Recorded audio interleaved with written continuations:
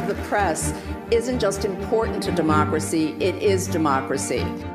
We're here to hold elected leaders accountable. I want to thank all of you out there for joining us. We're going to see you back here next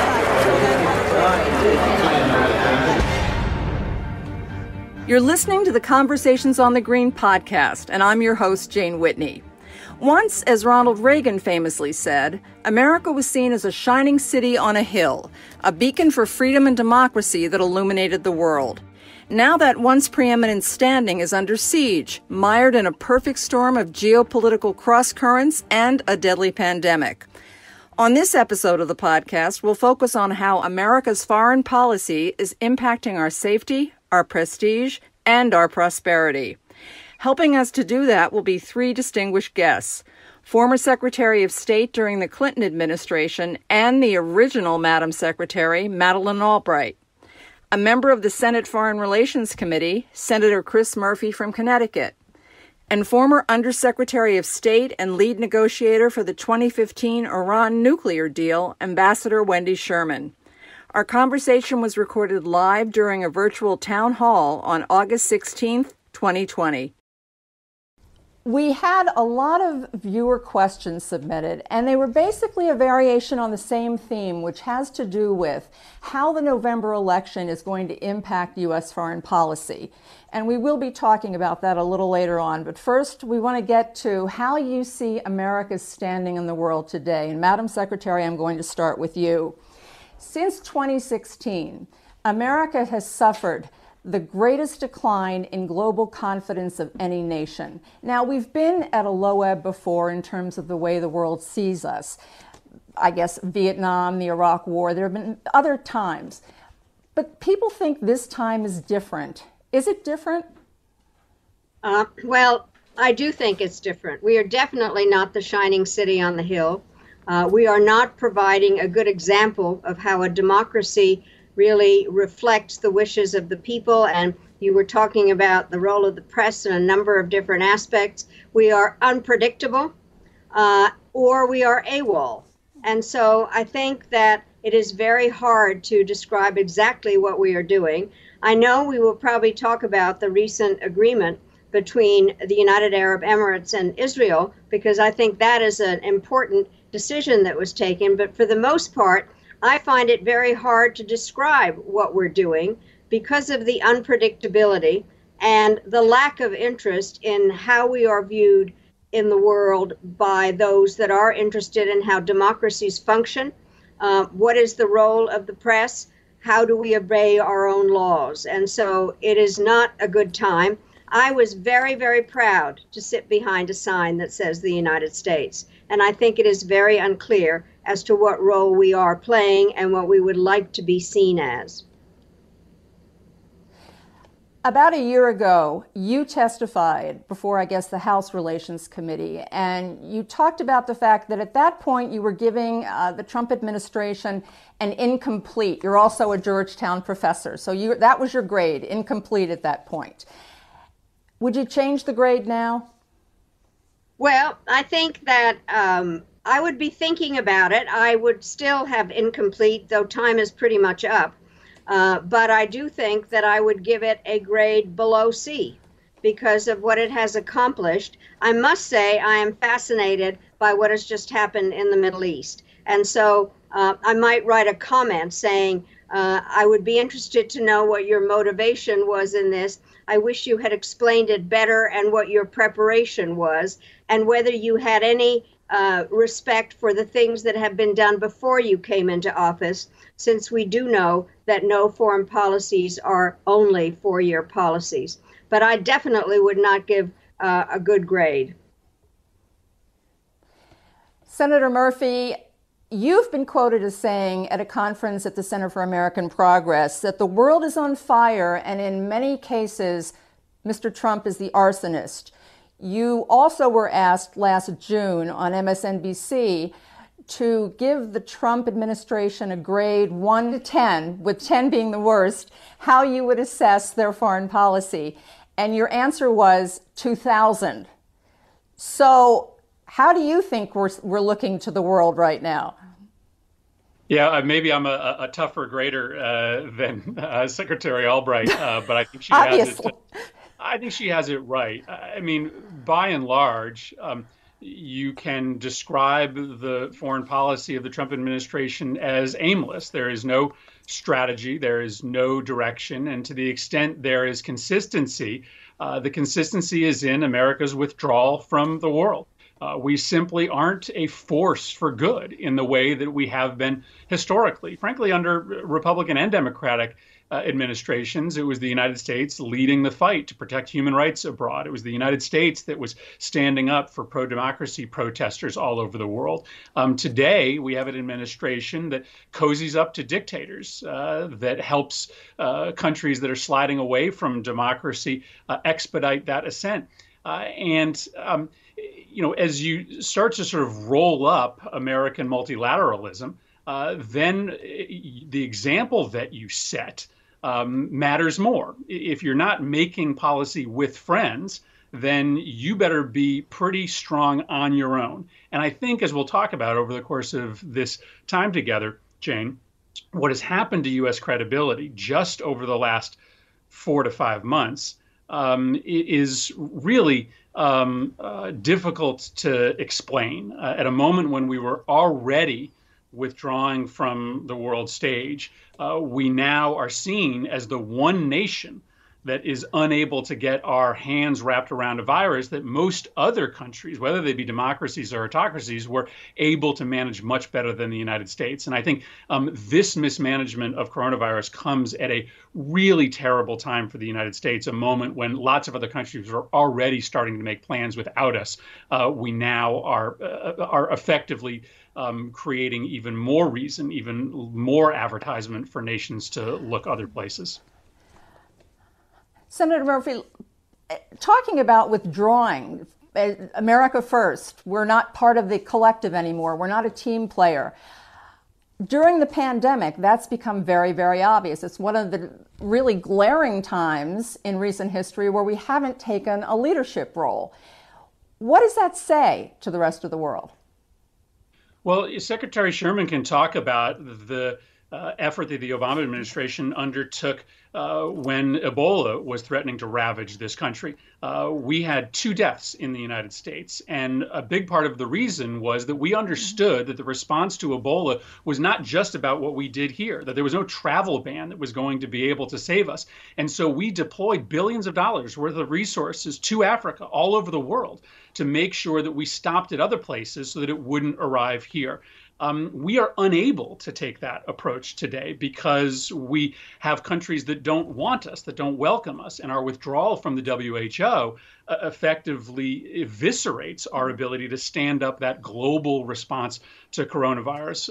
And so this is just a complete misunderstanding of how you tackle a pandemic. Yes, you have to have enough equipment and medical supplies. You need to stand up a public health response domestically. But so long as coronavirus exists in a refugee camp on the other side of the world, we are never safe. And what scares me to death is that even if we are able to turn the corner sometime in 2021, we have lost so much time standing up that international response that the Obama administration did on Ebola, that's hard to replicate and get back.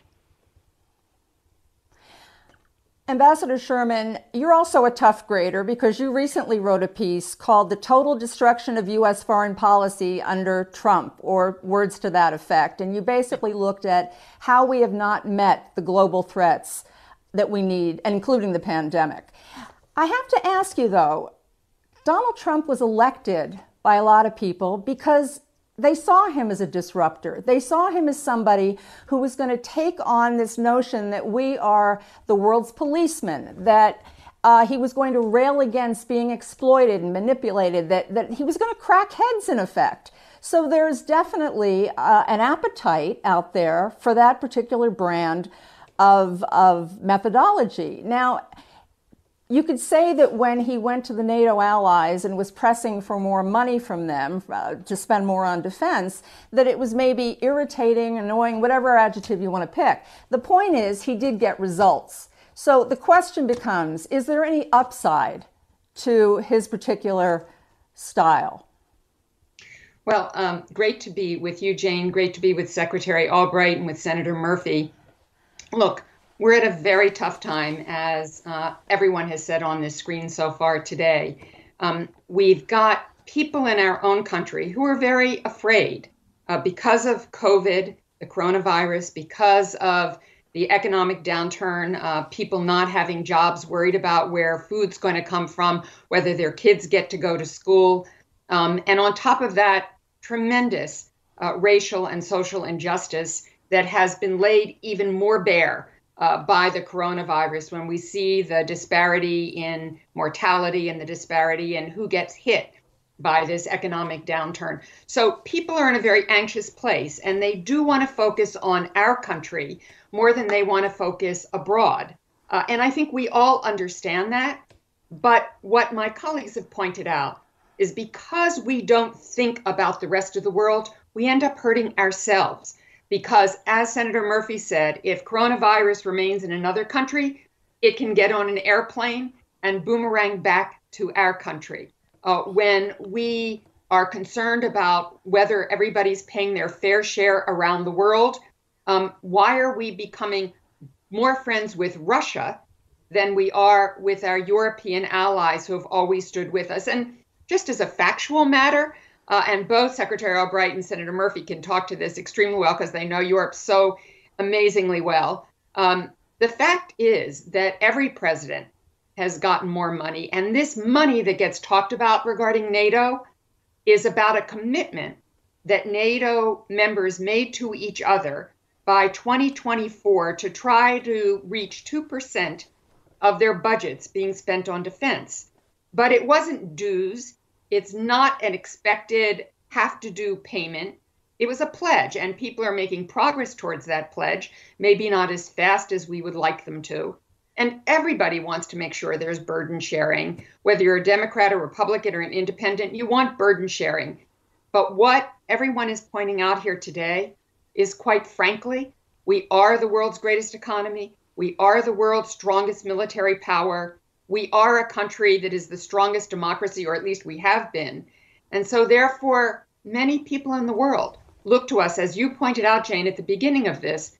They used to look at us as that beacon on the hill. Now we don't even represent our own values in the way that we go about things. We didn't stand with the people of Hong Kong. We haven't stood with the Uyghurs in China. We haven't stood really with the people who are facing hardships in Venezuela. And we certainly aren't standing with the many millions on the streets in Belarus today, protesting what was clearly not a free and fair election when Lukashenko was ostensibly just elected. Ambassador Sherman, you've jumped the gun a little bit in terms of my game plan, which was to really address the whole issue of why foreign policy matters. A lot of people think it's an expensive distraction. I think Mr. Trump feels that way sometimes, that we really, as you said earlier, we've got so many problems here. What would you say to somebody who doesn't know who the Uyghurs are, who doesn't know where a lot of these issues are really blowing up around the world? Why should people care about what's happening around the world? Well, most people think that we spend about 40% of our budget on aid to other countries. It's really not even 1% of the budget. It's very little. And to go back to the point that Senator Murphy made about Ebola, it was not only money that we gave, and it was not only our logistical support from our extraordinary military that kept the problem over there as opposed to in our own country, but because we had spent a little bit of money helping Nigeria to train nurses. Nigeria sent 200 nurses to Sierra Leone to help deal with Ebola, and that meant resources within the continent of Africa as opposed to American resources. So we invest abroad to take care of us. We invest abroad because we want to make sure that conflict doesn't draw in our blood and treasure, that we don't have to send our young men and women abroad to fight in wars or to create conflicts. We deal on climate change globally because we want to make sure that we don't create climate migrants, people who can no longer live where they once lived because there is no water, the temperatures are too hot, The extremes are too bad. So they start migrating up. We know one of the big issues that Europe faced, that we have faced, is when there is conflict in other places, people want to come here. And we are a country of immigrants and proud of it, or at least we have been proud of it. And now Donald Trump has pulled up the bridges and said you can't come here anymore, when in fact we have to innovate, we have to move into the future, and we do that by bringing the best talent in our own country and the best talent from around the world. Secretary Albright and I both are professors. We teach as well as do many other things in the world. I teach at the Kennedy School at Harvard. Half of my students are from other countries, and they love America. They are bringing their brains, their innovation together with our innovation so that we can solve some really tough problems, including how we're going to deal with the coronavirus. Before we get too far afield, I want to go back to you, Madam Secretary, because there has been an August surprise. You've made reference to it already during the broadcast. And New York Times columnist Thomas Friedman is hailing the deal between Israel and the UAE, the United Arab Emirates, as a geopolitical earthquake, an enormous breakthrough. Do you share that sentiment? I actually do think it's a big breakthrough, but can I just add to something on the last part, is I think that it is very hard to explain foreign policy to an American domestic audience. It is the responsibility of every president to protect our people, our territory, and our way of life. But the way that we all understand it on this program, and those of us that are interested in foreign policy, it does require action by others and for us to care about all this. Americans don't like the word multilateralism. It has too many syllables and it ends in an ism. But I think that it requires us to understand partnerships and that there really are issues now. And we've all tried to explain foreign policy to the American public. And I try to make it less foreign in order to try to explain why we should care about places that many people can't find on a map, certainly the president can't, and names that they don't know. So I do think we need to consider how we explain the importance of foreign policy. So on what you asked me, by the way, I worked for a president who read a lot, and he assigned us books.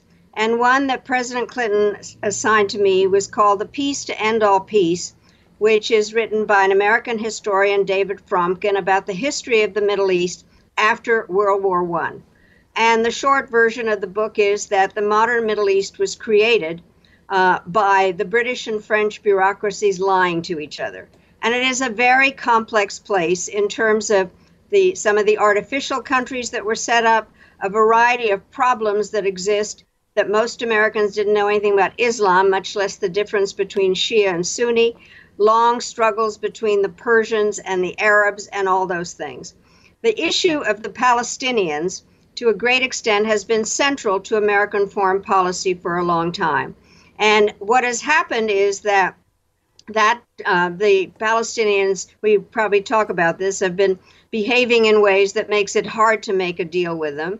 We are very close to the Israelis in terms of history and our support for the state of Israel.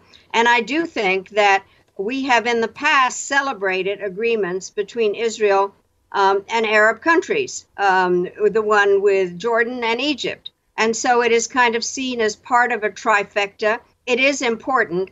It didn't happen overnight, frankly. There have been contacts that have been going on.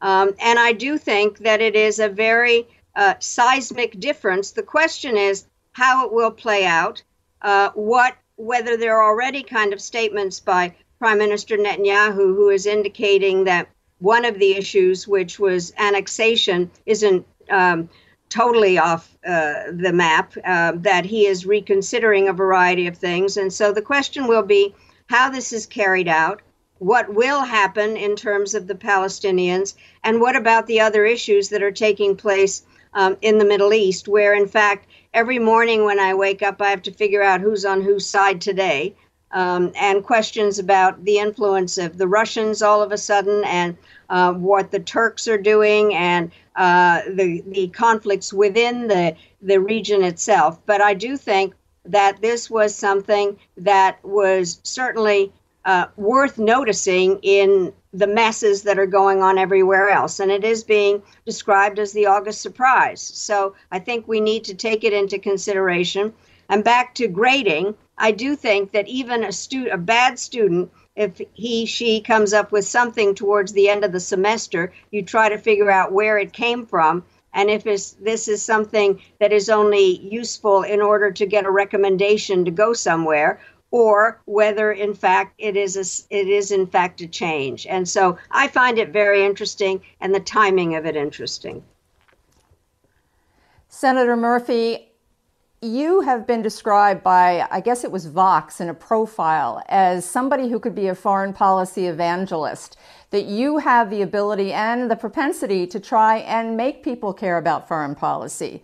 So I want to get your reaction to that first, but I also want to get your take on what's happened on this August surprise. Well, I think as we try to explain to people why foreign policy matters, it is important to explain that the best American foreign policy is a strong America, right? When our economy is stronger, we are better positioned internationally. When our democracy is hardened and performing well, then we have more influence abroad. And so it is not mutually exclusive for us to spend the majority of our attention on perfecting our own nation, while also understanding that influence in the rest of the world cannot be avoided at a moment when our economies are interlocked and there are plenty of countries overseas who are trying to do damage to us.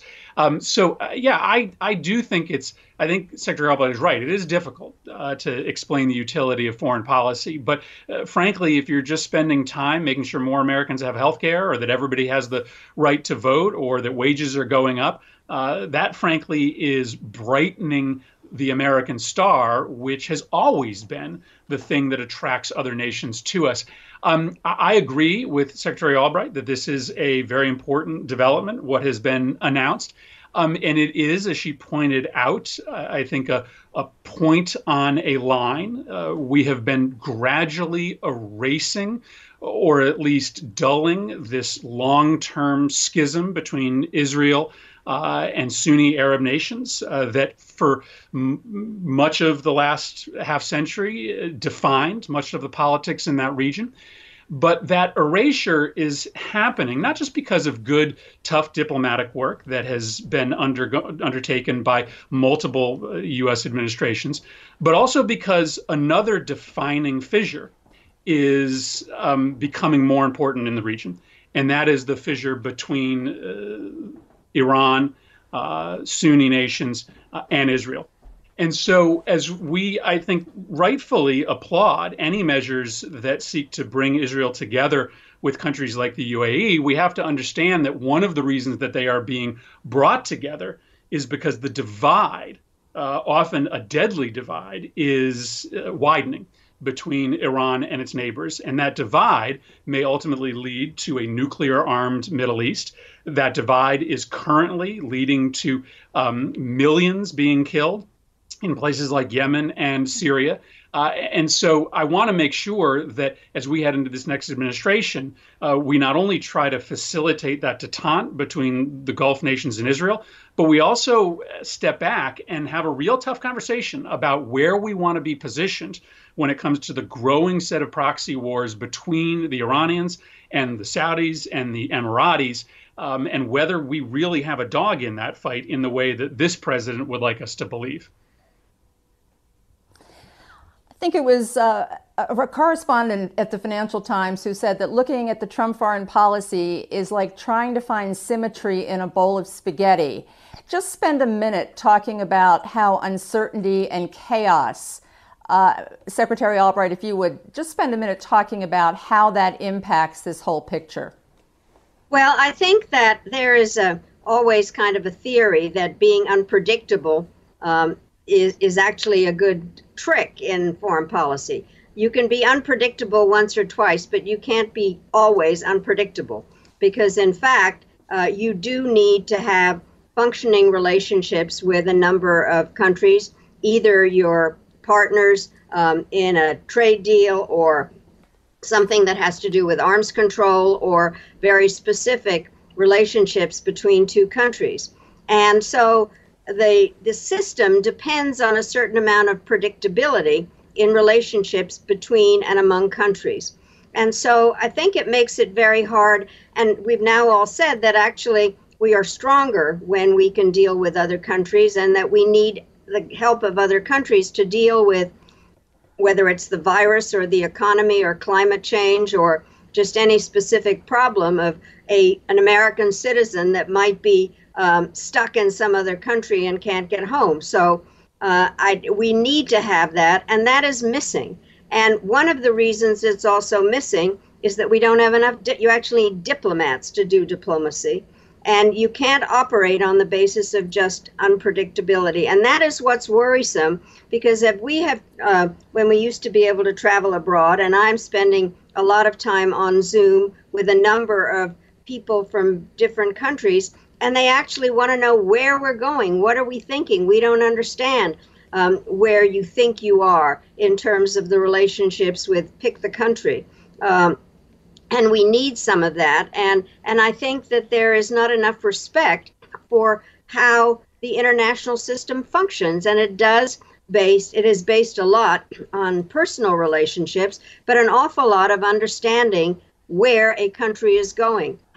For instance, you were talking about Senator Murphy. One of the great things is that we have had relationships with parliamentarians where we have sent our best members of Congress to go and talk to parliamentary members in other countries because of the way their system is set up and the importance of them being able to explain us abroad. So I am very worried about the unpredictability, the constant unpredictability of our policy. And often it doesn't jibe with the documents that the administration has even put out or what is said every other day, either by the president or by some of his representatives. So it's kind of catch as catch can. I think makes very, very complicated what is already complicated. I say the world is a mess, and that's a diplomatic term of art.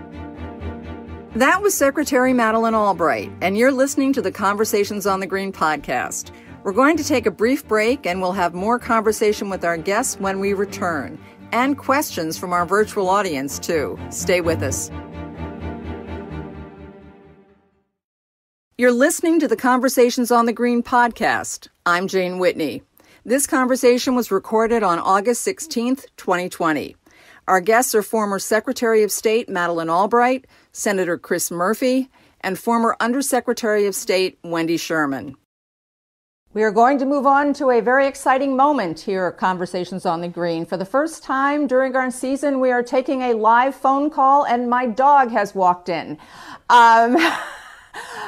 Let's start with the phone call. I understand we have Julie from New Milford on the line. Julie, are you there? I'm here, yes. Given what I'm hearing about the erosion in our image as a shining city on the hill, is there a country, particularly a major power today, that you regard as more effective than the U.S. in successfully pursuing its foreign policy goals, with much more cohesion, more consistency, and ultimately more success than our country does today? Thank you. Let's have Ambassador Sherman take that question. Well, I think the obvious answer to that is our growing concern about China. China takes a very long view about its strategic goals. And as Secretary Albright and Senator Murphy have said, the U.S. is really about tactics, not about strategy. And so the president tends to do this, and then he does that. As Secretary Albright said, stays unpredictable. But there's no overall strategy. There's no set of clear goals that we're pursuing day in, day out. And as the Secretary pointed out, we don't have the diplomats. We don't even have the people in the Pentagon or in the intelligence agencies to really help us get these things done, or in the development community. China, on the other hand, under Xi Jinping, who has now made himself president for life, there is a very clear set of goals. They want to become not only our competitor, but they want to become the leader of the world on their terms, by their rules. They are building their economy. They are innovating. They're investing in infrastructure. They're investing all around the world. Now, the way they invest around the world doesn't always work. They give loans to many countries in Africa, bring in Chinese to do the work, don't really care about human rights or anything else. Their values are quite different, but they're very purposeful, very intentional, very strategic. And I think whoever is president next, and obviously I'm not a fan of President Trump, so I hope that President Biden wins, Vice President Biden becomes President Biden. But nonetheless, whoever is president is going to have to invest in America so that we can compete with China, we can confront and challenge China whenever and however we must, but at the same time also find those areas, perhaps non-proliferation, perhaps climate change, pandemics, where we can cooperate. But it's going to be probably an essential relationship going forward, and they are very intentional about what they're doing. Let me get your take on this, because I'm a little confused. Increasingly, polls show that Americans are very concerned about China. Yet I've spoken with fans of Mr. Trump's, honestly, who say that he's gotten tough on China, he's reset the relationship, and that things are better than they used to be with China. Other people say we've gotten played by China. Where do you net out? Well, I think we don't have a strategy for China. The president's approach to China has basically, in the first instance, been to put tariffs on. Tariffs are the president's favorite instrument, but as I'm sure Senator Murphy can wax eloquent about, that taxes American consumers. It really doesn't tax China. And those tariffs were supposed to bring in all kinds of goods to the United States, which really haven't shown up, partly because of the coronavirus, but partly because it really was never enforced. That plan one, the first plan of tariffs, never really got consummated or followed through on. And we haven't seen an economic strategy to really take on China, nor the investments in intelligence here in the United States, in quantum computing, in AI. None of those things have happened here in cybersecurity to really make us be able to compete with China. So I think we have a very long way to go. The president is very good at sounding tough, at touching the rage that people have, the fear that people have, that people are getting ahead of us, that people are taking advantage of us. But one can also lead by going not only with hope, but with results. With really showing what we can get done by investing in America in a way that makes us stronger, makes our democracy stronger, our economy stronger, our military ready for the challenges of the 21st century, not the 20th century. And none of that strategic positioning, none of those investments have really been made, in my view, by this administration. Senator Murphy, we're going to take our first video question of the show in a minute, but do you have a reaction to what Ambassador Sherman just said about trade and about China? Well, I do. I share her view. I mean, I think we've gotten our clock cleaned by China. You know, one credible estimate suggests that we lost 300,000 jobs in this country because of Trump's misguided tariffs. And the deal that he signed that was the result of those tariffs doesn't win back a smidgen of the jobs that were already lost. What else have we gotten from China? They haven't helped us at all consummate an agreement with North Korea. Their belligerent military activity continues in the South China Sea. There has been no demonstrable progress made. And part of the reason is that we just don't have the tools to fight the actual battles that exist with China today, right? We're very proud, rightly so, of our military, but we are not currently shooting at China. What we are is in a very real war over the future rules of the economic order globally. And China has already effectively lapped us with 5G. They're getting ready to do the same thing with 6G and advanced battery technology and artificial intelligence. And we have no industrial policy in the United States. What we should be doing is getting together with our European counterparts and jointly with the private sector, developing answers to the Chinese technology that they midwife domestically and then export to the rest of the world. Today we can't have those conversations with the Europeans because Trump has broken our ability to talk with them. But B, we haven't recognized the fact that the only way to fight China is to really develop these new capacities that we don't have. So I think it is important not just to have the grand strategy, but to recognize that if we don't invest in the foreign policy toolkit other than the Department of Defense, then there's really no way to meet China on the actual playing field where the battles are being fought. All right. Well, we were just in New Milford, Connecticut for a question. Now we're going to go to Germany for a video question. Hello, my name is Kai Malte Bischof, and I'm greeting you from Germany. In Germany, many have the impression that America has politically retrenched from Europe. Where do you see the future of these once so close allies? Thank you. Secretary Albright, what do you think about the future with our allies?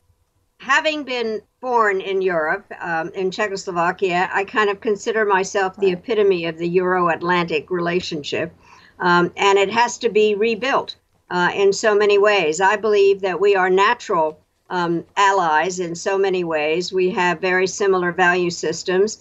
And I do think that we are going to have to try to figure out how to have something other than just a transactional relationship, to figure out what we can do, as Senator Murphy mentioned, frankly, in terms of operating together and dealing with China. What are the other kind of partnerships that we can do? But it's going to take work. And the Europeans have thought that we have taken them for granted in many ways. I have often compared our relationship with Europe that immediately after World War II, they were like children that were sick and were willing to take any medicine that we wanted to give them.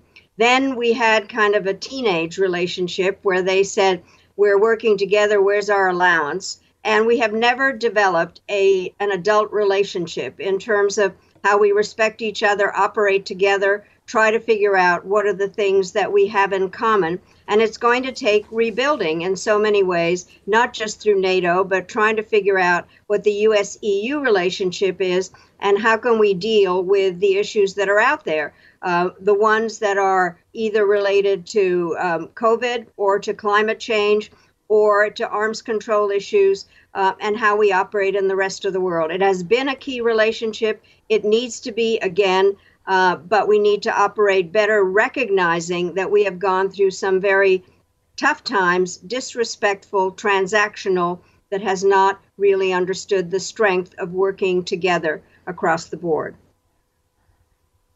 Ambassador Sherman, there are a lot of alliances that have been broken, battered, and will need to have attention paid.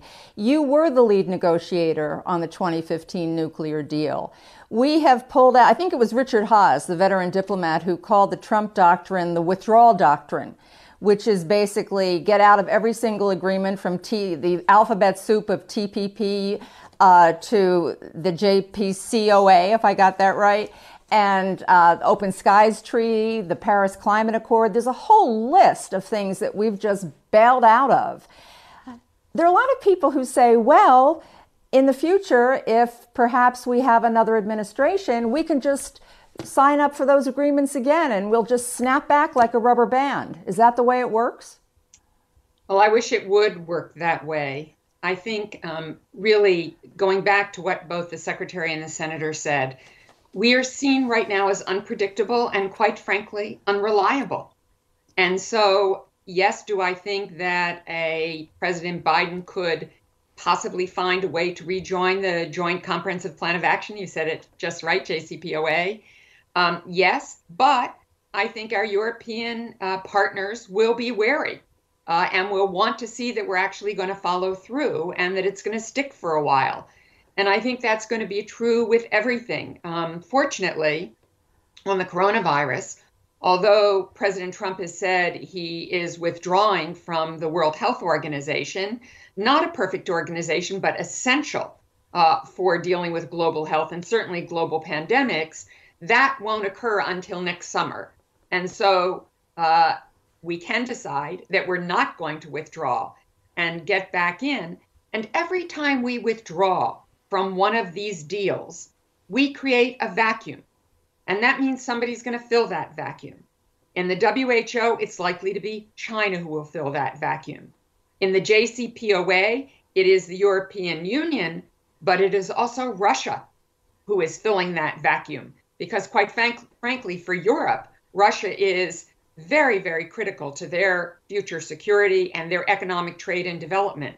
So whenever we move out of these agreements, we leave a vacuum. Right now, there are discussions going on about whether the United States and Russia can agree to extend New START, which is an arms control agreement.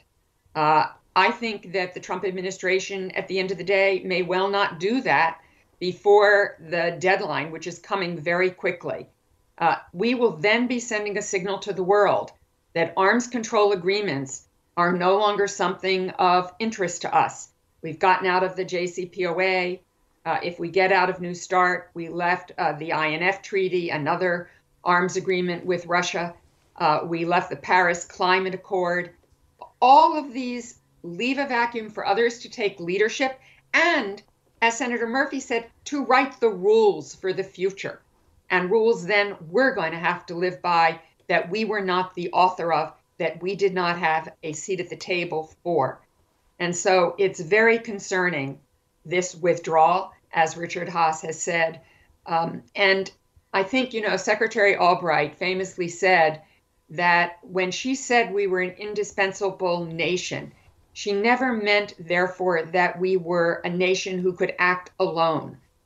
We always do our best when we are acting with others, when we are leading with our strength, with our values, and with being that beacon on the hill. Could I just ask you, before I go to Senator Murphy, on another issue with Iran? It's a personal question, Ambassador Sherman. To work on something like the JCPOA and then have it, to watch it just be sort of tossed away as inconsequential by an administration, do you have hope that somehow it can be revived in a sense or reconstituted? Or is, I think that, again, Richard Haass, we seem to be quoting him a lot, but that the moment of disruption reaches a point of no return sometimes? Well, yes, it could reach a point of no return, but the book I wrote after all this is called Not for the Faint of Heart: Lessons in Courage, Power, and Persistence. And I think that persistence is quite critical. World War I was called the war to end all wars. And a mere 20 years later, which is not very long in history, we had World War II. And so I learned a long time ago that particularly in diplomacy, there is rarely a final success unless it is death and destruction. And that's not something any of us would hope for. And so we're going to have to try and try again. What we did, I think, kept the United States, importantly, and our partners and allies around the world safe for quite some time from Iran obtaining a nuclear weapon. I feel badly for the hundreds, literally hundreds of people who worked to achieve that agreement in the United States and around the world. But I feel the worst for two groups. The people of Iran, who live under horrible circumstances, and now their future is even more bleak. And I feel most worrisome for America's national security and for our national interests, which I don't think are well served by having withdrawn, because Iran is closer today to a nuclear weapon because it's increased its enrichment, the number of centrifuges. It hasn't stopped its malign behavior in the Middle East. I think the UAE-Israel agreement is part of creating a bulwark against Iran because they haven't stopped their malign behavior. The human rights abuses inside of Iran have gotten worse, and Americans are continuously thrown in prison in Tehran. So nothing has gotten better. So at the end of the day, do I feel badly for everybody who worked on this, for President Obama, who really led the way on this? Absolutely. But I feel the worst for America, for our national security interests. Senator Murphy, let me follow up with you then on the issue of, since 1979, there's been a very contentious relationship between the United States and Iran. There's been a fear lurking of direct contact. With the direct strike, with the deadly, the assassination of Qasem Soleimani in January, it sort of brought it out in the open, and now people are really concerned that this could sort of spiral into an all-out war. Are you concerned about possible war between Iran and the United States? Well, I think you always have to be concerned about an unintentional set of events that spiral into war. Listen, I think that amongst the things that concerned me regarding the strike on Qasem Soleimani was the fact that it was not authorized by Congress. This was an assassination of a foreign leader. This was a bad guy who worked for a really bad regime. But that doesn't mean that the Constitution is invalidated. The fact of the matter is that if we sort of set this precedent in which administrations can go around the world targeting foreign leaders without prior authorization from Congress, then I'm not sure what the point of the Article 1 foreign policy powers in the Constitution are. And so I think this is something that should alarm both Republicans and Democrats. But as I mentioned earlier, when we were talking about the reasons why we are today talking about a historic deal between the UAE and Israel, I do think we just have to step back and ask ourselves, are we really sure that we want to get firmly in bed with the Saudis in what is a growing set of proxy wars between Saudi Arabia and Iran? Now, Iran is not our friend, and we are going to have to find ways to contest their influence in the region. But the rise of Saudi Arabia does not necessarily accrue to the benefit of the United States. It's Saudi Arabia and its affiliates that have often been the ones funneling money to a brand of Islam that forms the building block of extremist groups like Al-Qaeda and ISIS. It's Saudi Arabia that is marching around the world, kidnapping dissenters, murdering American residents. It's Saudi Arabia that has been pushing money into Salafist militias in places like Yemen and in Syria, creating chaos space in which militia groups that have designs against the United States can grow. So I just think we have to just take a big step back here and reconsider what we want the American footprint to be when it comes to this ongoing contest between Iran, Saudi Arabia, UAE, other Sunni nations for regional hegemony. And so to me, that is a much broader question of American strategy in the region. It doesn't mean stepping away from our efforts to try to draw down the influence of Iran. And what is so tragic to me is that President Trump was teed up to bring together a very unusual international coalition to combat Iran's influence. Remember, the JCPOA was not just the United States and Europe. It was the United States, Europe, China, and Russia working together to enact this nuclear deal. President Trump could have then used that same coalition to try to address Iran's ballistic missile program or their support for terrorist groups in the region. Instead, he threw all of that away. So I think we've got to try to reassemble as much of that coalition as we can and then decide for ourselves how heavy we want to throw in with the Saudis and whether it might make sense for us to step back and take a little bit less heavy-handed or slightly more neutral role in some of these contests throughout the region.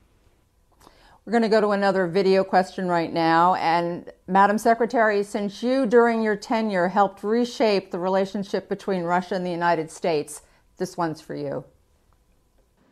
Hi, I'm Marie from Raleigh, North Carolina. I'm interested in your perspective on how the U.S. should be dealing with Russia and Vladimir Putin. Well, Secretary Albright? I really think this is a basic question. I am kind of the product of a time when all our foreign policy was about how to deal, quote, with the Soviet Union. I think we have to take an assessment of what is going on in Russia generally. I have often said that most countries don't change their geographical location. Russia did. It has different borders than the Soviet Union had. It is a country that has been going through a process of decline that is now under the leadership of former KGB officer. They have very serious economic problems. They also do not know how to relate to various parts of Europe, especially Central and Eastern Europe that used to be part of their empire, and also some of their issues in Asia. And so I believe it's essential for us to have a functioning relationship with them, but I think that we have to be very, very careful about the kinds of things that they're doing, because they are trying to separate us from our allies. There's no question about that as one watches what has been going on in terms of infiltration and hacking of other democracies. They are trying to undermine our democracy, and we have to be more vigilant about them. But I also believe, and I think that this is a tenor just generally, is that we need to recognize the fact that even with those that with whom we disagree, we have to have a functioning relationship. And the arms control issues that Wendy raised are very, very important. An awful lot of the way that we've operated has depended on the functioning of those arms controls. I think we need to figure out what are the areas where we can find some cooperation with the Russians. For instance, on climate change, very worried about their activities in the Arctic. And so we have to have a functioning relationship with them, but be cognizant of the fact that Putin, I dealt with him. He is really smart and mean, and he is a former KGB officer. And we have to remember what his modus operandi is that he did in Crimea. And I'm very concerned about some of the things that sounds as though he's got some influence in what is going on in Belarus. And so we have to be very careful about all of that. And generally, the way he's undermining democracy in Europe among our allies. Ambassador Sherman, you made mention in your piece about someday we may know what is the foundation of Mr. Trump's, beyond, I think, the mere envy of power was the way you put it. This I don't even know what you call it. Some people call it a bromance. Do you speculate as to what that bond is founded on? Hard to know. Clearly, there's something. And it's very strange. Even this week, we heard the president say, we heard people from his administration, brief reporters saying that the president's pushing for a meeting with Putin before the election. Why he would want to do that is beyond me, except to get help from Putin. Today, National Security Advisor O'Brien, on one of the Sunday talk shows, tried to put a twist on it by saying, well, no, we're not planning it, but maybe we'll get to an arms control agreement and there will be a reason for him to come to Washington. I just can't imagine having Putin here in Washington before the election. I would find that more than strange, more concerning. People have speculated financial dealings, real estate development, some information about the president that the rest of us aren't aware of. But as I said in the piece that you're referring to, the president clearly has an envy of leaders who seem to have unbridled, at least authoritarian, if not dictatorial power. Vladimir Putin, as the secretary said, is one of them. I've met with him as well. He's very smart, very charming, very on his game, very clear about and intentional about what he does in a meeting. The president says he has a great relationship with Xi Jinping, who now is president for life. And in terms of bromance, Jane, without a doubt, the greatest bromance. And we're going to hear in Bob Woodward's new book, the many letters that have gone back and forth between President Trump and Kim Jong-un, the leader of North Korea. That's a bromance for the history books for sure. Just before I move on to Senator Murphy, I want to ask you about something else you said since you mentioned Kim Jong-un, which is that basically the foreign policy with North Korea amounts to a series of photo ops. there would be people who would argue, once again, that we're talking, that Mr. Trump flies by the seat of his pants, and he's transactional, he's brash, he's unpredictable, he's all those things, but ultimately he gets in the room. He gets in the room with them. Is that worth anything? Well, I supported his first meeting with Kim Jong-un in Singapore. Because we've tried lots of things in the past, and even though it's quite unusual to begin diplomacy at the top as opposed to working to get to the top, I thought it was worth a shot. But I thought it was worth a shot if it was part of a strategy, if there was a negotiating team ready to go, if they knew what their negotiating mandate was, that there was prior agreement they were actually going to be able to negotiate. Well, that didn't happen out of Singapore. It didn't happen in Hanoi. It didn't happen as they took a step back and forth across the DMZ. So how many photo ops can you have before all you've really done is given credibility to a dictator and gotten nothing in return? Senator Murphy, I'm going to mix in a little bit of domestic politics, domestic issue right now. People right now are on fire about the fact that the credibility, the confidence in our November elections is being undermined on a variety of fronts, sort of going after vote by mail. Now this whole, I don't even know what to call it, firestorm over the Postal Service. Leaving that aside, nothing upends norms like seeking help from foreign governments to get elected or reelected. And we have mentioned Russia, but we also have the case of what John Bolton talked about, which was that Mr. Trump asked for help directly from President Xi to get reelected. And yet you don't get the sense anything is being done about it. I'm not saying it's for lack of trying, but you just feel like nothing is being done. Is something being done? It's really remarkable, Jane. When I got to Congress in 2007, it was a heated political time, not substantially different than today. But one of the few things at that moment, and again, this is only 12 years ago, that Republicans and Democrats agreed on was voting rights. In one of my early votes in the House of Representatives, we reauthorized the Voting Rights Act, the very act that was struck down by the Supreme Court. Today, we take it for granted that Republicans are openly trying to make it more difficult for people to vote, and Democrats are trying to help more people vote, as if that's a sort of normal political issue upon which there are two sides.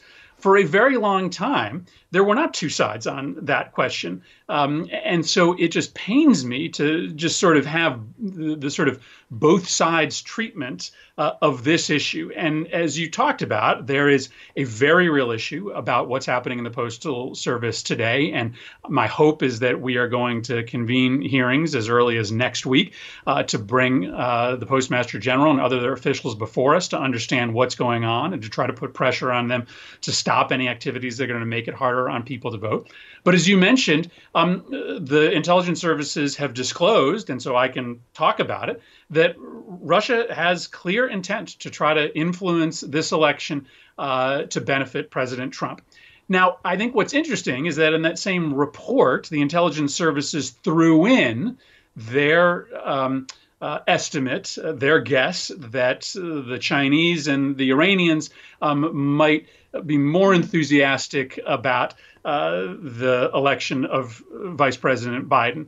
Well, even if that were to be the case, there is only one country that has the capability, the intent, and the desire to influence the 2020 election, and that is Russia. Russia is playing as we speak in the American election. They are investing hundreds of millions of dollars in that interference operation. And what I am begging this administration to do is be open and transparent with the American people about what they know about the Russian interference effort. I don't know why you spend billions of dollars uncovering information about foreign governments that are trying to interfere in an American election if you keep it all secret. You've got to be transparent about this so that when the American people hear somebody with a Ukrainian last name saying things about Vice President Biden, they know whether or not that person is a Russian agent. So we do have tools at our disposal. I hope that Congress doesn't have to make this information public, because it should ultimately be the administration's decision. It is their responsibility. With all due respect, based on track record alone, why would we have any hope at all that there'd be any accountability? I know you've been a big advocate for transparency, trying to get things declassified that the American people should know about. And yet, once again, the stonewalling has been fierce. So I know I don't expect you to necessarily have an answer to this, but people who are working very hard to ensure that there is a safe and fair election are very discouraged by what they hear. Well, and listen, this is ultimately one of the most difficult questions you encounter as a member of Congress. We have access to certain classified information, and it is normally up to the administration to make decisions about when that becomes declassified. I will just say this. It has been very clear for a long time that Russia has in its interest the reelection of President Trump. They have been very clear for a long time about the narrative that they are trying to perpetuate. They are trying to spin about Vice President Biden and about Vice President Biden's family. And so when you hear people trying to insert that narrative about Burisma and about Biden family members into the political ecosystem in the United States, understand where it is likely coming from and understand what their objectives are. Donald Trump has been a windfall for Russian interests, and they know that they will get 4 more years of expanded influence, of disintegration of the transatlantic alliance if he's reelected. I know we have Kate standing by on the line, but I'm going to ask the control room if we could rack up the next video question, because I'd like Ambassador Sherman to take a crack at that. So here we have another video question. Hi, my name's Beth from San Antonio, Texas. My husband and I were both in the U.S. military, and we'd love to hear your perspective on the proper role of the military in U.S. foreign policy. Ambassador Sherman? First of all, thank you, and thank your husband for your service. And I say that to everybody who stands in harm's way for us to keep us safe. I thank the diplomats, the intelligence community, the development officers, everyone who serves to strengthen and protect our lives, our very treasure. So thank you very much for your service.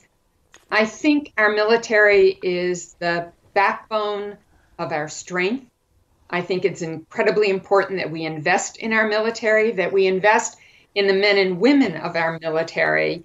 There was a story out today that I think was maybe didn't come out quite right, but gave me concern that Secretary Esper was looking at cutting health benefits or health care for the military, which I found just extraordinary, because we have to invest in the young men and women who serve us every single day.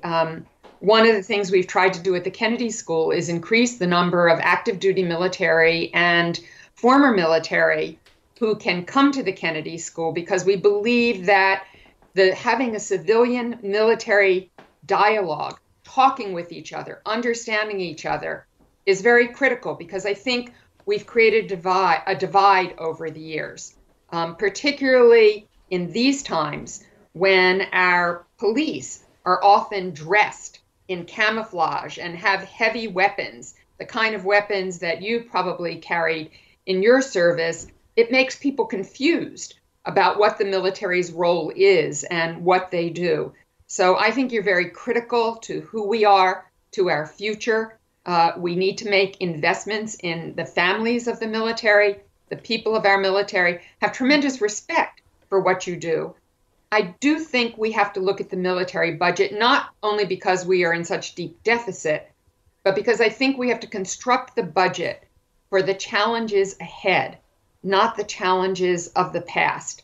And that means, and often it's been the military that at first learn the new skills we need for the next decades ahead. So I think the military's increased its cyber capabilities. They've increased tactical weapons capabilities. They've learned more about asymmetric warfare instead of maybe the old forms of warfare. So I think we have to be agile. We have to look to the future.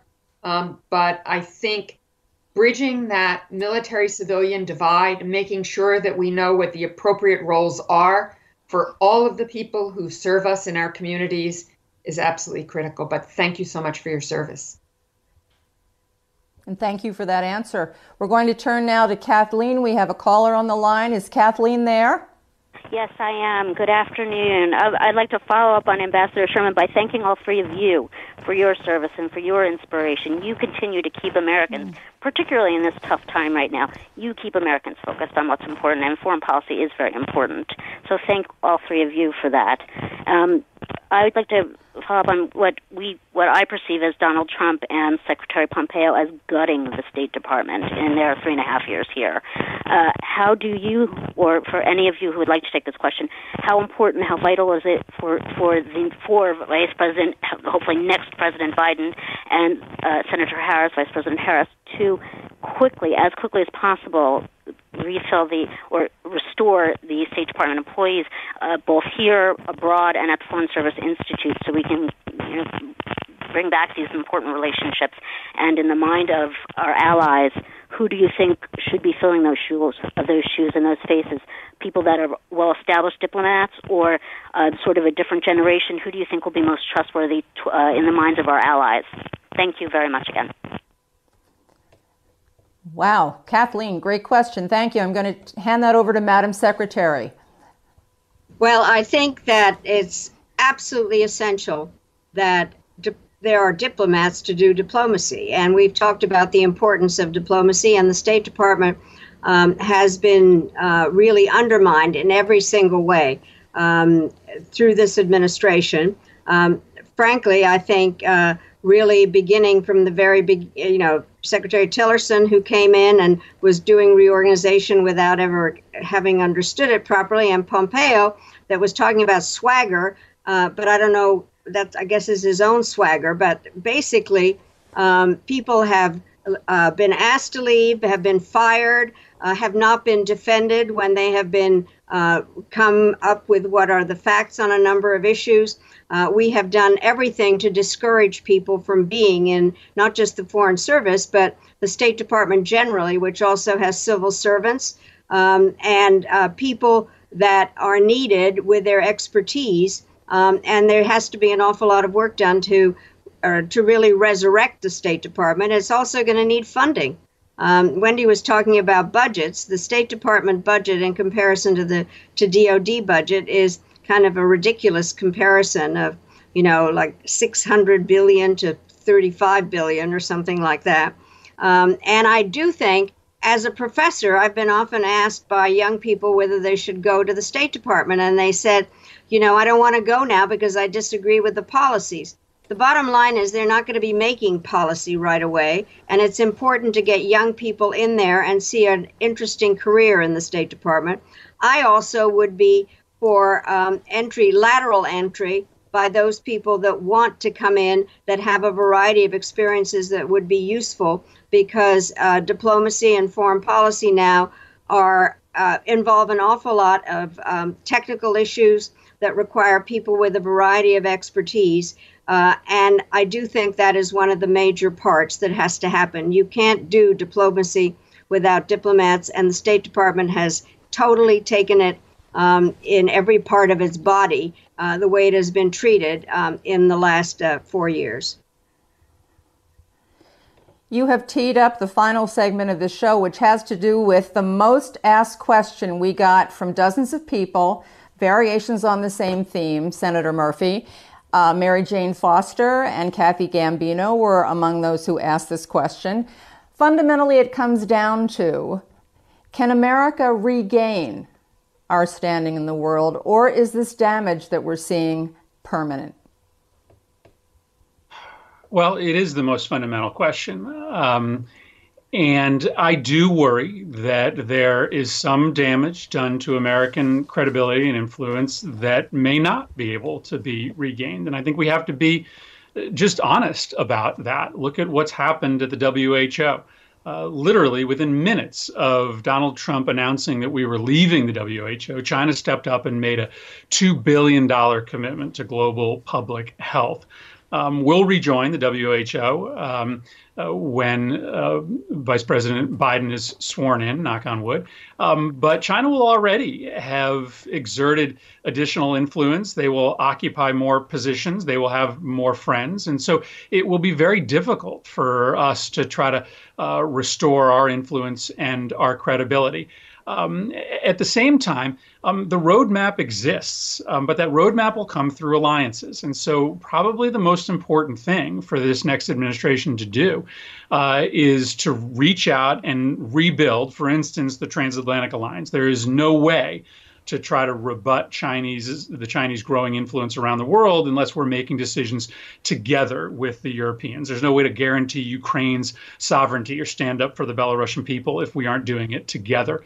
But then back to this question that Wendy was beginning to answer, it is also about making sure that we have the capabilities in order to reassert a position of influence around the world. And I'll just leave you with one example of where some easy plus-ups to diplomacy can gain big rewards. But a year and a half ago, I was in Dublin, and I was visiting Dublin for a number of reasons. But on that list was a decision that a big Irish telecom company was about to make on the future of its telecommunications backbone. And of course, it was Huawei and Chinese 5G that was the top competitor. Well, not coincidentally, in the lead up to that decision, the Chinese had flooded Dublin with dozens of new diplomats just surrounding that country's capital in Chinese diplomacy to try to argue the case of their company. In our embassy, we had one guy, a military officer, who was charged with working the anti-Huawei beat. There was no way we were going to ultimately win that fight, in large part because we just haven't provided the capabilities to American diplomacy abroad. As Secretary Albright mentioned, we spend about 1/20th on diplomacy as we do on the military. We have more people who work in military grocery stores than we have diplomats. We can't win these fights. We can't staff the next president to rebuild American credibility unless we make a recommitment to alliances, unless we choose to sell the American people on the importance of internationalism, and unless we rebuild the foreign policy toolkit, starting with the State Department and USAID. If we do those things, then yes, we have a shot, maybe at not regaining the position that America held when Secretary Albright was in office, but picking back up many of the pieces that have fallen onto the ground during the last 3.5 years. Ambassador Sherman, how optimistic are you? Again, people talk about how America's capacity has been hollowed out, is the way I think they put it, that we've got so many pressing problems here at home, a healthcare system that doesn't work, criminal justice system, an economy that's cratered, I mean, it's a very long list. How do we make this a priority going forward? Fundamentally, I'm a great believer in the United States of America and the American people. I think we are a resilient people. I think we are entrepreneurial and innovative, that when we put our minds to a task, if we really go at it, we can get it done.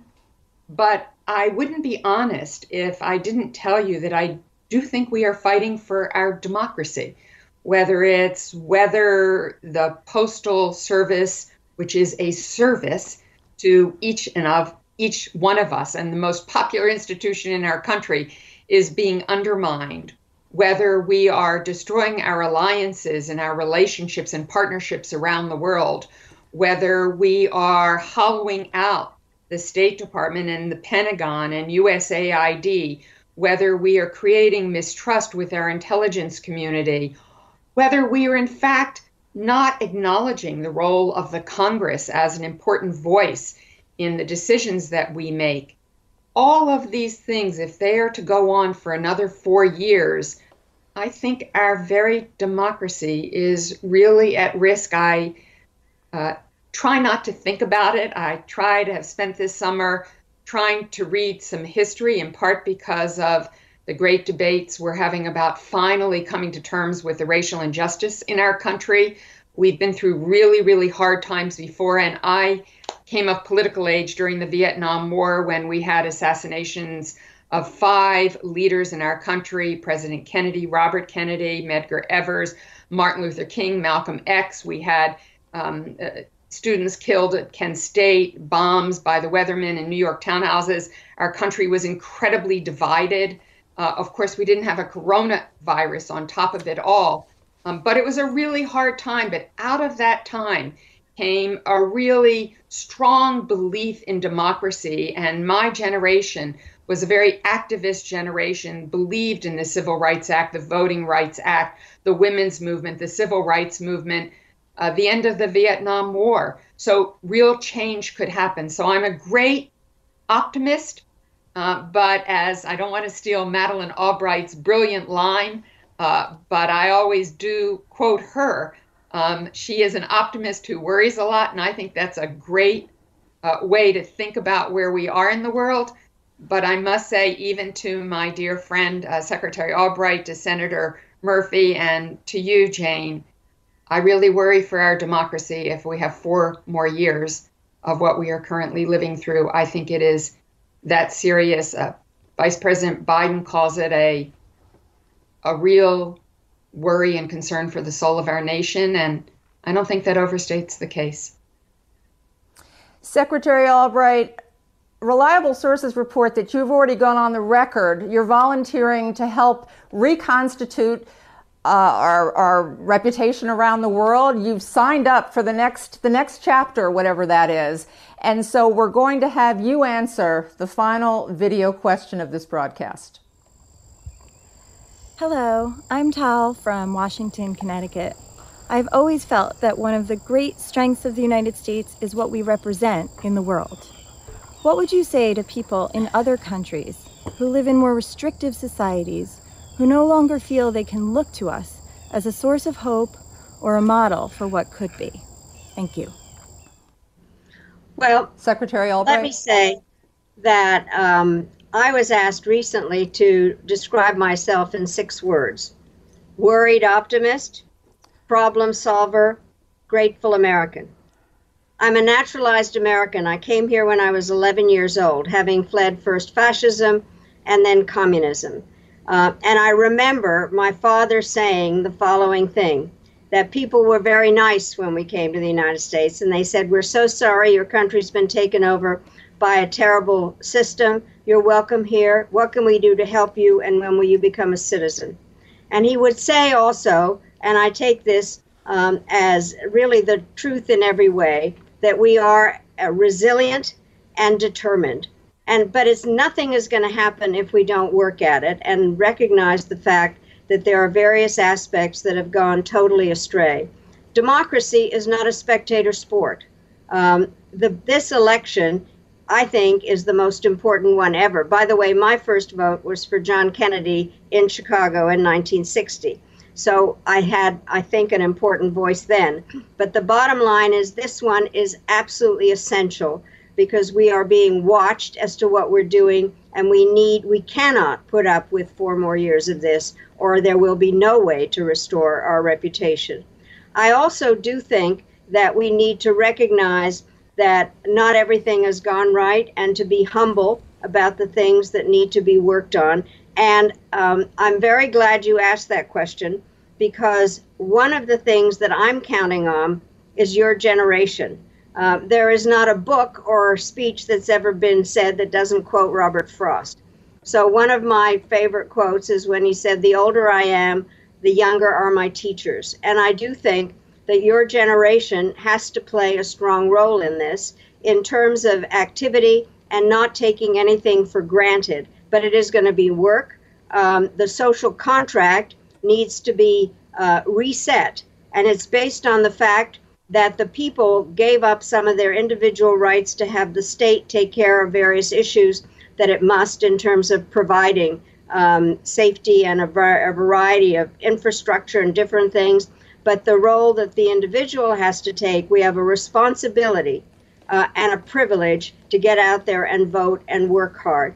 We all have to do it together. We can't just say this election doesn't happen or doesn't matter, or what are the things that we can do. And I have volunteered. I will do anything because I am a grateful American, and this country has been strengthened by the diversity of our population, by our willingness to work hard and to understand that we need to have a rule of law, a press that is not called the enemy of the people, that we can't set one group against another, and we have to find out what separates us so we can talk to each other with respect. And I look forward to the fact that that may happen after November, and then that we will have a new leadership in January that all of us can work with and be supportive and know that it's going to take a lot of work. I think we should add 2 more words to your self-description: national treasure. Before we give Senator Murphy the final word, I do have to ask about your pin, Secretary Albright, because obviously that's a stunning pin. And what does it mean? Well, it'll take me a minute. I did say that I spent World War II in London. My father was a Czechoslovak diplomat, and he was there with the government in exile. And he broadcast over BBC. And I was little, and I would listen to BBC every night. And they began every night with a kettle drum roll of the first notes from Beethoven's Fifth, da-da-da-dum, which in Morse code is V for victory. And so I do think this is the kind of time that needs us to fight, and a V for victory, and that's why I'm wearing the pin. But thanks for asking. And also, before we break away, great story, I do want to make note that you all 3 have books, and I think everybody should know about them. So I'm going to start with Secretary Albright. Your 7th book is currently out. It is called Hell and Other Destinations. This is a 21st century memoir. And Ambassador Sherman, as you mentioned earlier, you have a great title, Not for the Faint of Heart. Your book is out now in paperback.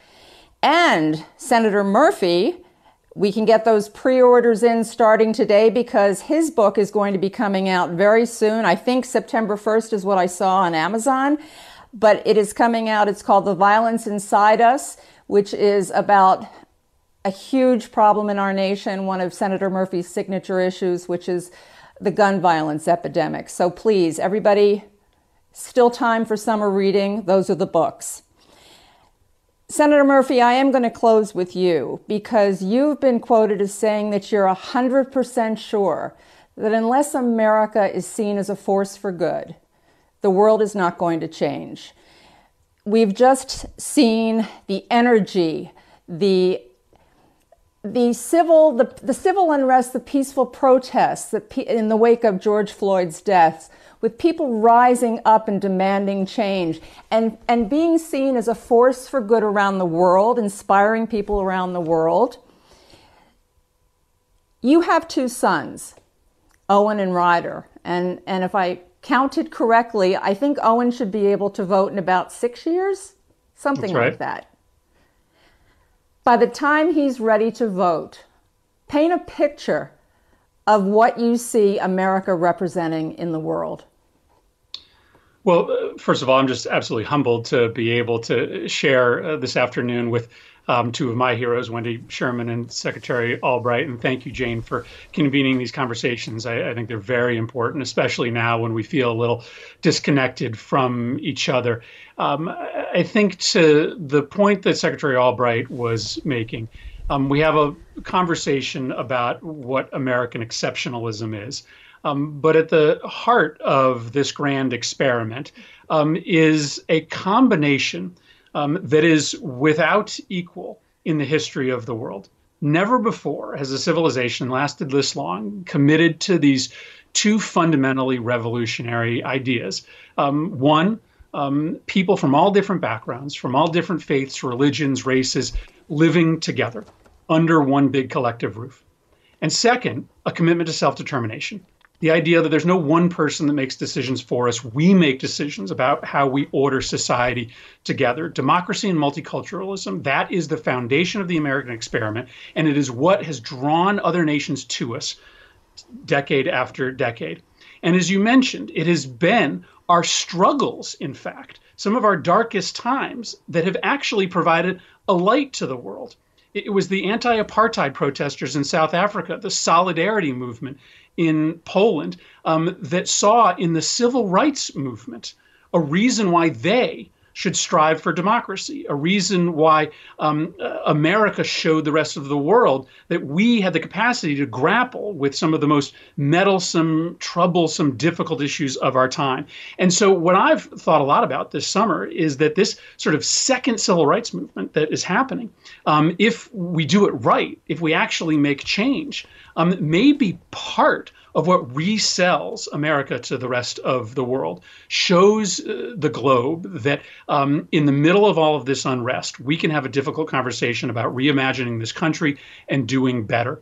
And so when we think about how we rebuild American credibility, yes, it is staffing the State Department. It is about building a new global strategy about confronting China. But it's also just about being better here at home and understanding that even in our political struggles comes an advertisement for this wild, revolutionary model, multiculturalism next to democracy. And so I hope that my kids get to see this struggle play out here in the United States. And I hope that they get to see over the next 4 years how it helps us rebuild American influence and protect America abroad. Now I'm the one who's humbled. I don't even know.